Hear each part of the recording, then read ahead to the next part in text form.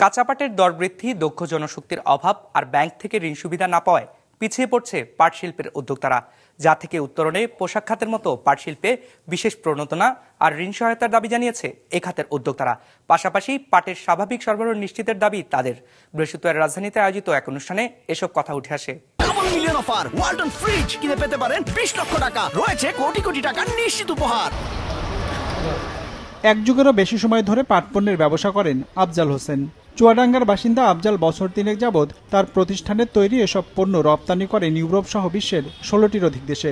এখন তার লক্ষ্য আরও সম্প্রসারিত করা বিশ্ববাজার। ডাইভার্সিফাইড আইটেমের প্রমোশনটা খুব দরকার, এটা আসলে খুবই অতল গহ্বরে চলে যাওয়ার মতো, যার কারণে আমরা এখন আবার নতুন করে উদ্যোগ নিচ্ছি যে এই পাট পণ্যগুলোকে প্রসারিত করার জন্য। তার মতো আরও 34 জন উদ্যোক্তা অংশ নিয়েছেন এই আয়োজনে, যারা ঘর সাজানোর বিভিন্ন সরঞ্জাম, ব্যাগ থেকে জুতা আর পাটের তৈরি বহুমুখী পণ্য প্রদর্শন করেছেন। উদ্যোক্তাদের দাবি, এসব পণ্য উৎপাদনে প্রয়োজনীয় অর্থ পান না তারা ব্যাংক থেকে। ঘাটতি আছে দক্ষ জনশক্তিরও। তাদের দাবি, পণ্যের বৈচিত্র্য আনা গেলে বিশ্বে এসব পণ্যের সবচেয়ে বড় রপ্তানিকারক দেশ হতে পারে বাংলাদেশ। আমাদের পণ্যটাকে কিভাবে প্রচার করব দেশের মানুষের সাথে, এবং দেশের বাইরে এক্সপোর্টের জন্য কিভাবে বাইরেরা আমাদের খুঁজে পাবে, এটাই আমাদের মেইন উদ্দেশ্য। কাঁচামালেরও দাম বেশি এবং ভ্যাট ট্যাক্স একটা অনেক বেশি পড়ে যায়, তো সেজন্যই আমাদের এক্সপোর্টের একটা মেইন বাধা এটা। এখন মেটেরিয়ালসের দামটা অনেক বেড়ে গিয়েছে, ফেব্রিকের দামগুলো অনেক বেড়ে গিয়েছে। হ্যাঁ, সেক্ষেত্রে আমরা তো জিনিসের দাম একটু বেশি বললে হয়তো সবাই বলে পাটের দাম এত বেশি কেন। দেশে বর্তমানে এ খাতের উদ্যোক্তা আছে 1000-এর বেশি, যারা পাটের 282টি পণ্য উৎপাদন করে, যা রপ্তানি করা হয় বিশ্বের 145টি দেশে। যা আরও বাড়াতে দক্ষ জনশক্তি, পণ্যের বৈচিত্র্যকরণ আর অর্থায়নের দাবি জানানো হয় এই আয়োজনের উদ্বোধনী অনুষ্ঠানে।